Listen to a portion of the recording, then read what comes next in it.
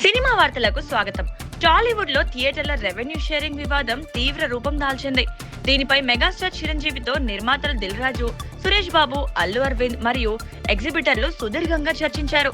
రాబోయే 2 రోజుల్లో ఈ సమస్యకు శాశ్వత పరిష్కారం లభిస్తుందని దిల్ రాజు ధీమా వ్యక్తం చేశారు. నటి సమాంత లీడ్ రోల్లో నందిని రెడ్డి దర్శకత్వంలో వస్తున్న మా ఇంటి బంగారం సినిమా అఫీషియల్ ట్రైలర్ విడుదలై సోషల్ మీడియాలో విపరీతంగా ట్రెండ్ అవుతోంది. హౌస్ వైఫ్ పాత్రలో సమాంత చెప్పిన మాస్ డైలాగులు, చేసిన హై వోల్టేజ్ యాక్షన్ సీన్లు అభిమానులను విపరీతంగా ఆకట్టుకున్నాయి. దర్శకుడు బుచ్చిబాబు సానా, రామ్ చరణ్ కాంబినేషన్ లో వస్తున్న పెద్ద సినిమాపై కన్నడ స్టార్ శివరాజ్ కుమార్ ఆసక్తికర వ్యాఖ్యలు చేశారు. బెంగళూరు ప్రెస్ మీట్ లో ఆయన మాట్లాడుతూ, ఈ సినిమాలో రామ్ చరణ్ నటనకు ఖచ్చితంగా నేషనల్ అవార్డు వస్తుందని ప్రశంసలు కురిపించారు. తమిళ సినీ పరిశ్రమకు ఊరటనిస్తూ తమిళనాడు సీఎం విజయ్ సరికొత్త నిర్ణయం తీసుకున్నారు.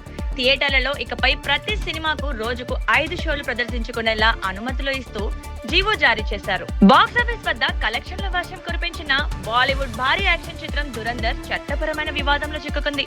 ఈ సినిమాలో సాయుధ దళాల అత్యంత రహస్యాలు, సున్నితమైన దేశ భద్రతా విషయాలను బహిర్గతం చేశారంటూ ఢిల్లీ హైకోర్టులో పబ్లిక్ ఇంట్రెస్ట్ లిటిగేషన్ దాఖలైంది.